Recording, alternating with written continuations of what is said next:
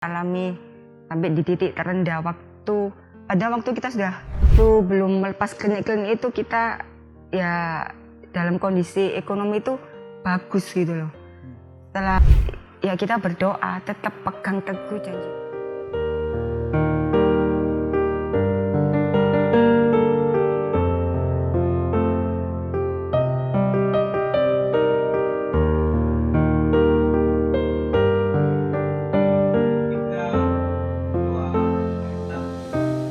Kalau beberapa hari yang lalu suaminya yang ditampilkan, sekarang istrinya ada bersama dengan kita, istri dari Ko Joni Kantono, yaitu C. Mei-ing. Ya, selamat siang C. Mei-ing. C, mau tanya-tanya sedikit ini. Nah, menikah dengan Ko Joni ini sebelum atau sesudah Ko Joni melayani? Sebelum.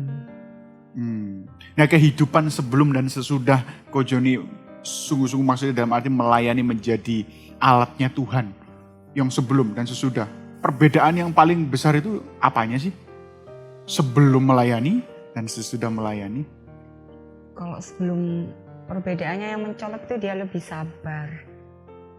Lebih sabar, ya terlebih lagi lebih perhatian gitu sama keluarga. Terus kalau waktu belum bertobat tuh dia seringnya kalau diajak ngomong tuh mesti kalau mau minta pendapat gitu udah terserah. Juga ngomongnya juga kurang enak gitu loh. Nah, itu saya kadang-kadang kayak gitu sama istri. Terus mesranya juga nggak ada. Kalau setelah dia bertobat luar biasa mesra. So Tiap hari selalu bilang I love you lah, selalu sayang lah, apalah ada. Tapi dia nggak bilang gombal sambil dilempar gombal gitu enggak ya? Enggak. Oke. Nah, kalau itu dari sisi kehidupan jelas perbedaannya luar biasa. Ya, kalau dari sisi ekonomi seperti gimana? Ya kalau untuk dari segi ekonomi ya jujur kita belum alami sampai di titik terendah pada waktu kita sudah bertobat, baru bertobat. Iya. Nah, itu ceritain dong gimana sebelum benar-benar melepaskan dari dunia hitam, dalam arti dari segala perkelenikan ini. Nah, itu katanya pekerjaan bagus, semuanya ekonomi oke. Ya, waktu belum melepas klinik-klinik itu kita ya dalam kondisi ekonomi itu bagus gitu loh. Setelah kita ada misalnya mau bertobat, ya di situ kita diproses, semuanya dibersihkan.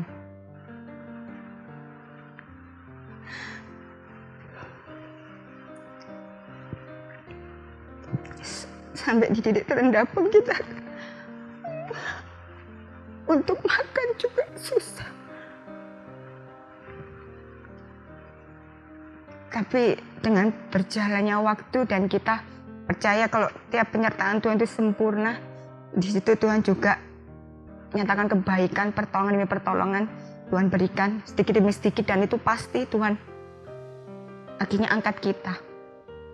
Dan sampai sekarang kita selalu menerima kebaikan Tuhan. Itu sih.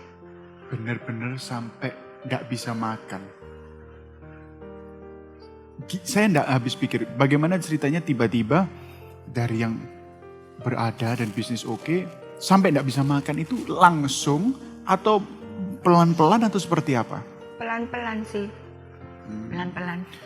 Jadi apakah itu maksudnya kerja itu rugi atau nggak ada kerjaan? Nggak ada hasil gitu. Jadi suami saya kerja pagi berangkat, malam pulang, tapi hasil nggak ada.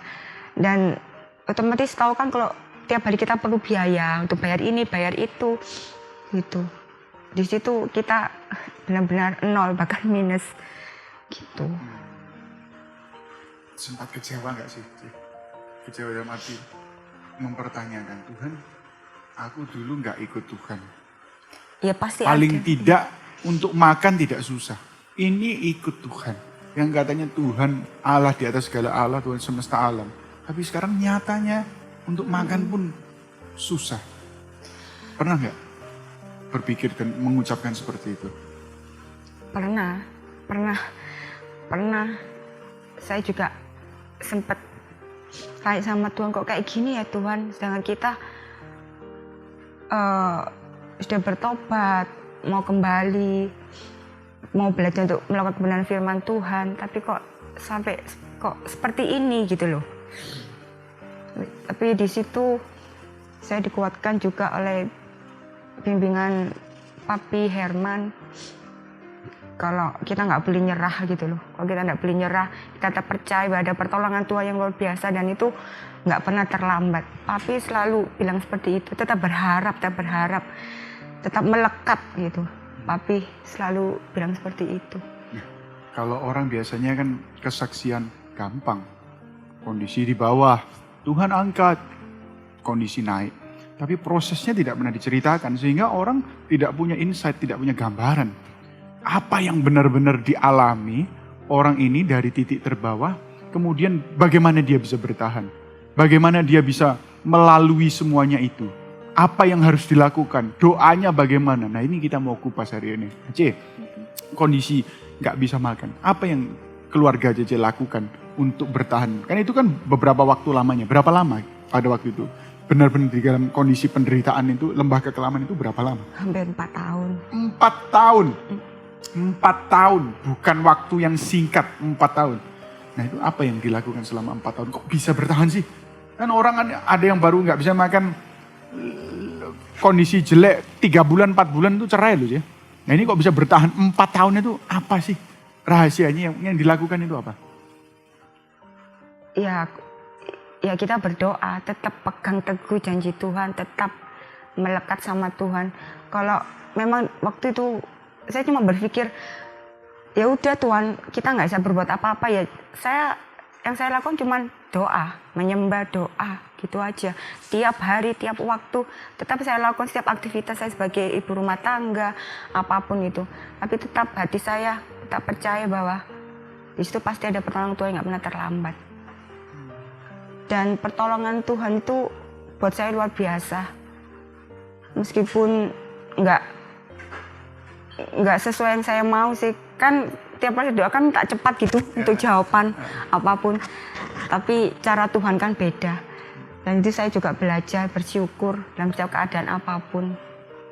Tetap yang saya lakukan cuma menyembah, berdoa, sampai kadang pun kalau nggak ada kata-kata yang bisa diucapkan, ya saya cuma duduk diam sambil menangis. Sambil berdoa, menyembah gitu aja. Nah selama 4 tahun masa-masa di lembah kekelaman, apakah Tuhan tidak kirimkan hamba-hambanya yang lain untuk menolong, membantu? Iya, pasti ada di situ. Ya waktu itu ada juga seseorang yang berkati, baik dari materi juga ada, dari secara rohani juga ada, khususnya Papi itu juga memberikan saya ajaran-ajaran yang luar biasa, kekuatan lewat firman Tuhan.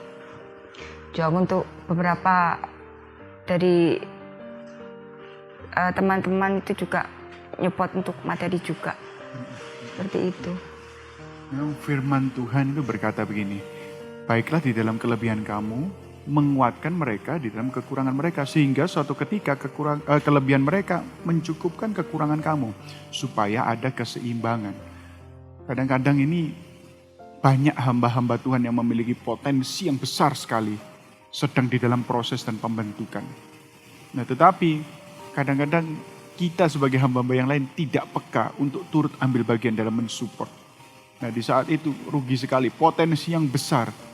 Karena Tuhan tidak bisa menurunkan, walaupun dia bisa sih sebenarnya. Dalam arti emas dari langit turun langsung.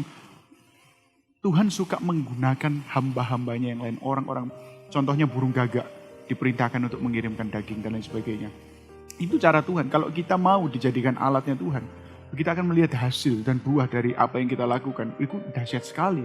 Anda 100.000, 200.000, sejuta yang Anda berikan hari ini kepada orang lain yang membutuhkan, membuat dia menjadi hamba Tuhannya dahsyat yang dipakai Tuhan luar biasa. Tidak ada arti Bapak Ibu 100.000, 1 juta. Tetapi untuk kemuliaan Tuhan, wah ini namanya benih yang Anda tabur berbuah 100 kali lipat dengan dahsyat sekali luar biasa. C, bagaimana sih awal mulanya Cece tahu?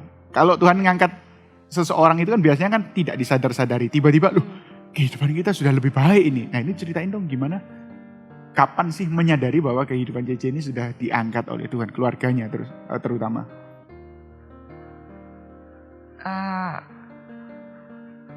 Waktu saya menyadarinya waktu apa ya? Ya memang waktu tanpa sadar kok istilahnya setelah hampir 4 tahun seperti itu. Terus suami tiba-tiba bilang, yang aku loh dengan usahaku yang sekarang ini kok aku dapat pendapatan seperti ini. Ya meskipun nggak banyak, sedikit. Terus nanti berapa minggu kemudian Tuhan izinkan kasih lagi berkat. Jadi jujur secara finansial itu kita sedikit demi sedikit naik gitu. Dan otomatis kita juga bisa mencukupi semua. Saya dengar gosip ini. Sebenarnya bukan gosip sih, suaminya cerita. Dulu sempat mau bercerai. Oh iya. Nah itu gimana ceritanya? Itu di benar-benar suatu titik yang benar-benar parah. Jadi ya jujur waktu itu kondisi sudah parah, minus, bahkan ya ditagih untuk pembayaran itu. Apa waktu saya itu? ada Kartu kredit atau kartu kredit, juga ada orang juga kita harus kembalikan itu. Waktu itu jujur saya ada inisiatif untuk kerja ke Australia waktu itu. Saya waktu itu punya tekad untuk berangkat ke sana, tapi suami nggak ngizinkan gitu loh. Tapi saya nggak peduli waktu itu. Ya akhirnya ada kata-kata seperti itu. Kalau memang kamu gitu ya wis toh, kalau memang kamu nggak dukung ya udah. Toh saya berangkat ke sana juga demi kebaikan, waktu itu saya bilang gitu. Demi kebaikan ekonomi gitu loh. Tapi suami nggak ngizinkan. Ya tetap saya waktu itu bertekad untuk berangkat, dan ya itu ada kata-kata seperti itu. Kok bisa gagal berangkat? Iya, waktu itu ada satu surat yang harus saya lengkapi tapi nggak bisa diurus waktu itu. Dengan berbagai cara tetap nggak bisa diurus gitu. Ya mungkin dari situ Tuhan tolong nggak izinkan semuanya itu. Manusia boleh merencanakan segala sesuatu, tapi pada akhirnya Tuhan yang menentukan segala perkara. C, kemudian setelah Tuhan mulai angkat kehidupan JC, kemudian rumah tangga sudah mulai oke. Kalau seandainya dulu Ko Joni belum bertobat, tapi secara ekonomi tercukupi, tapi dengan sifat-sifatnya dia yang lama, apakah rumah tangga ini bisa bertahan?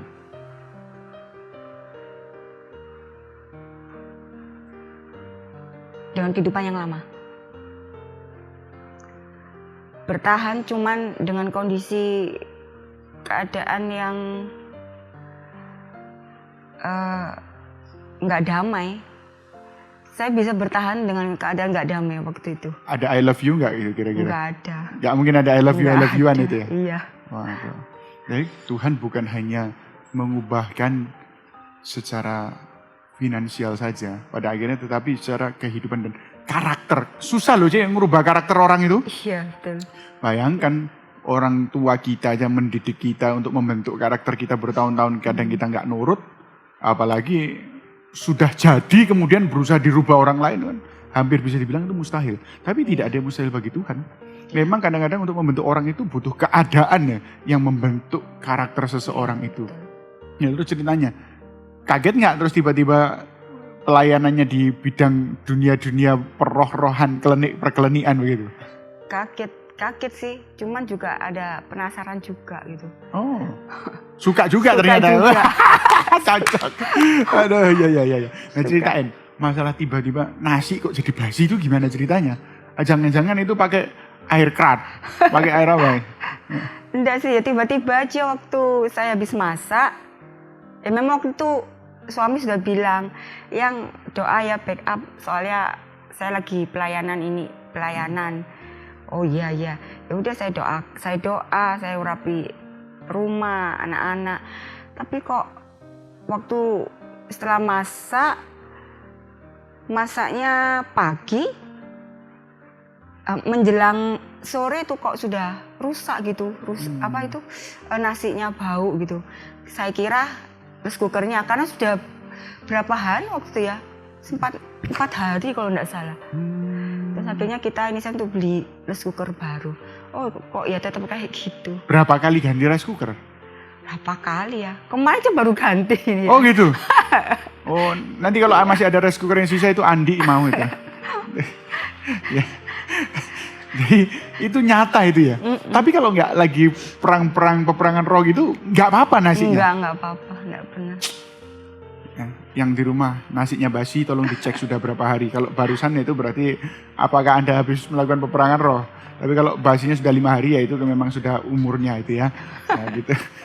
Oke. Nah, aku rasa hari ini kita sangat berterima kasih untuk pengalamannya C. Kita pengalaman dalam arti tidak ada yang instan. Kalau ikut Tuhan tidak ada yang instan. Karena yang terpenting bagi kepentingan Tuhan terhadap hidup kita itu pembentukan karakter kita. Seperti bejana yang siap dibentuk. Kalau Tuhan ngasih kekayaan itu kita yang senang, bukan Tuhan yang senang. Kita yang senang. Tapi kalau kita dibentuk menjadi pribadi yang indah, karakter kita dibentuk, itu Tuhan yang disenangkan. Terima kasih banyak ya Cia siang ini sudah sharing. Oke, demikian jemaat Tuhan. Sampai ketemu di kesempatan yang berikutnya. Salam Victory.